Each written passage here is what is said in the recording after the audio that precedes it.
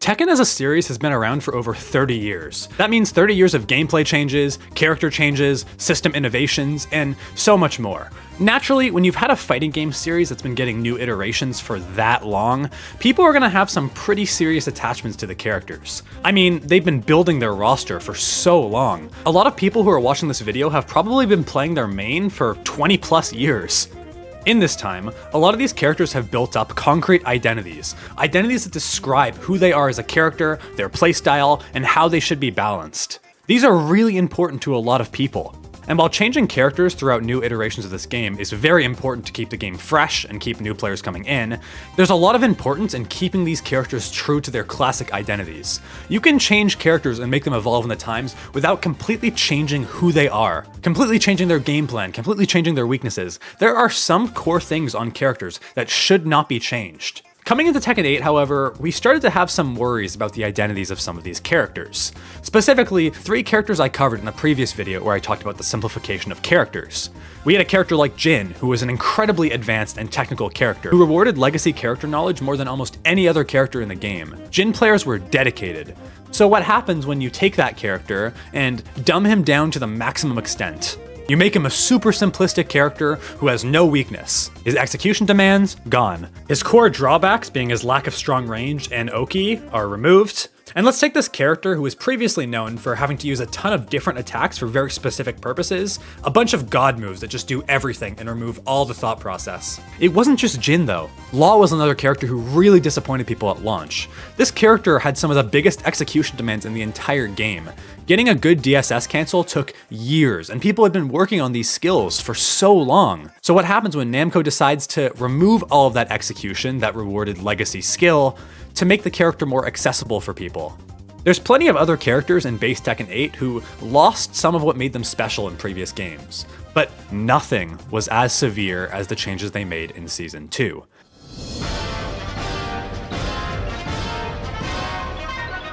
Season 2 demonstrates a clear mentality from Tekken and the Tekken development team. They do not care about character identity, at least not in the way the community does. I was astonished going through the Season 2 patch notes and reading the text next to almost every single character where they explain their general balance philosophy. Basically, what was written about the majority of characters can be summarized like this.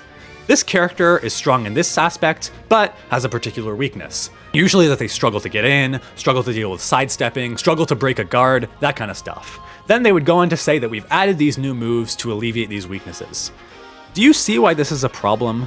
The reality is, in a balanced fighting game, all characters should have weaknesses.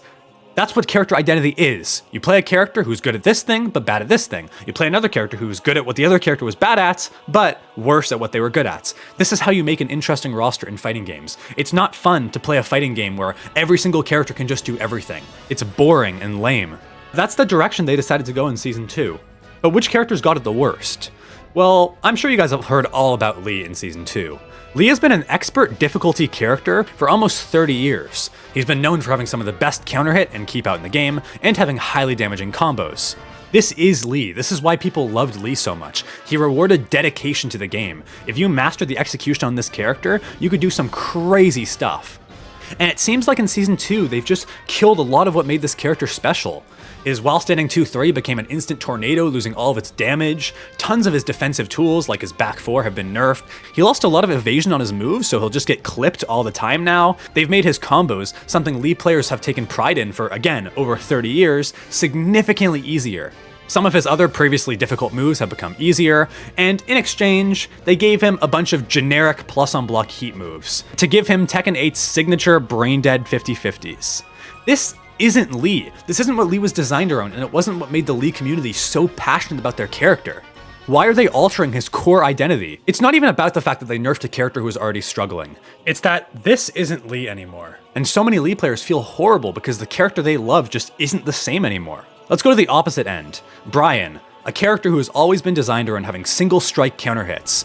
Brian has been incredibly strong since the game came out. So what happens when they give him a crouching 50-50 with his new crouching hatchet, which he mixes up with while standing 2? Why would you give a character whose identity has always been single hits and lacking a 50-50 a strong 50-50? What are they doing? How did anyone on the balance team think this was a good idea? Or we can look at a character like Steve. Steve rewarded dedication to his character unlike almost anyone else. He was designed around having amazing pokes and counter hit tools, but would struggle to open his opponents up, lacking strong lows. He really needed you to press into him for him to be effective, and that was Steve. That was what made the character so awesome. So you can imagine my surprise when I read the 2.0 patch notes, and the first line was this. In Season 2, Steve has undergone various adjustments to make him easier to use and expand his offensive options from his special stance, Lionheart. Okay, there is so much wrong with this. The fact that they said he's gone various adjustments to make him easier to use.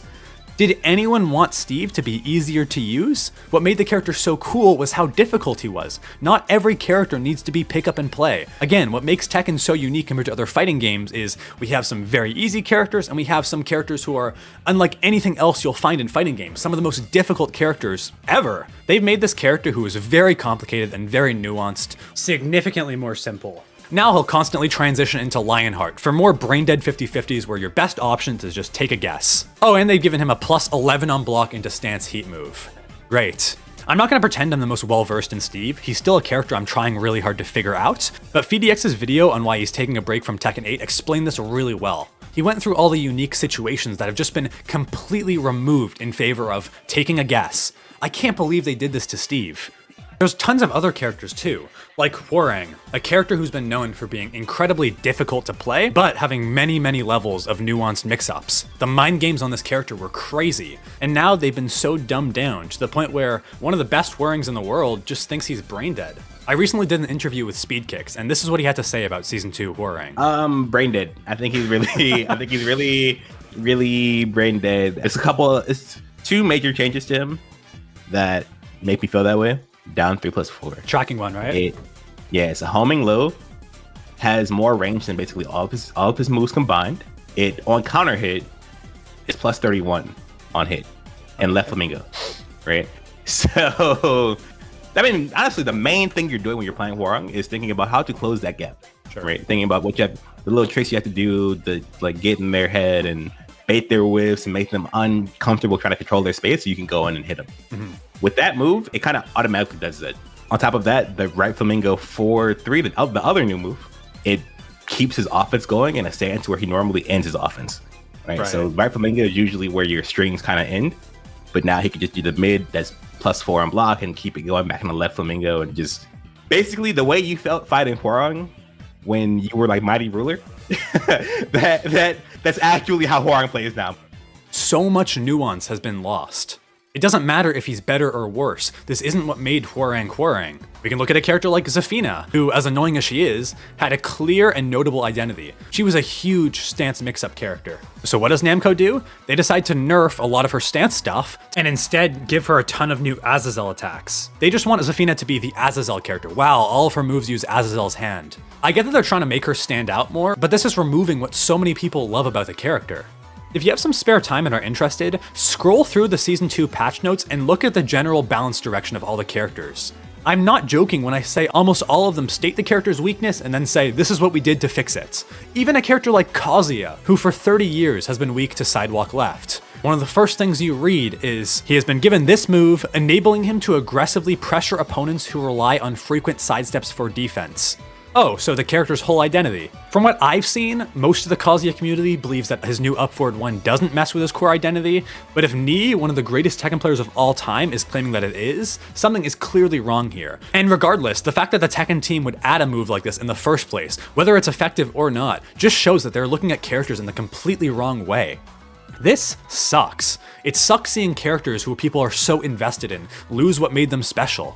It sucks seeing people who have played characters for 20+ years either dropping the character or choosing to drop Tekken 8 outright. The Tekken community deserves better. Namco needs to seriously reevaluate what they look for when looking to change these characters. There are ways to change characters without completely altering their core identity. These two things do not have to be mutually exclusive. They should be getting input from pro players, the ones who are really invested in these characters, before making any major changes like this. It's just really disappointing to see. And I empathize a lot with the people who are struggling with their mains in Season 2, because this is how I felt coming into Tekken 8, seeing Jin lose everything that made him so special to me. Make sure to let me know in the comments how you guys feel about this. How do you feel about your character's changes in Season 2? Was your character's core identity altered? And if so, are you in favor of it or against it? I'm really interested to see what the general community thinks about this. But that's about all I've got. If you enjoyed the video, make sure to like and subscribe to support the channel. It's a huge help as 80% of the people who watch my videos are unfortunately not subscribed. And I'm trying to grow this channel into something really special.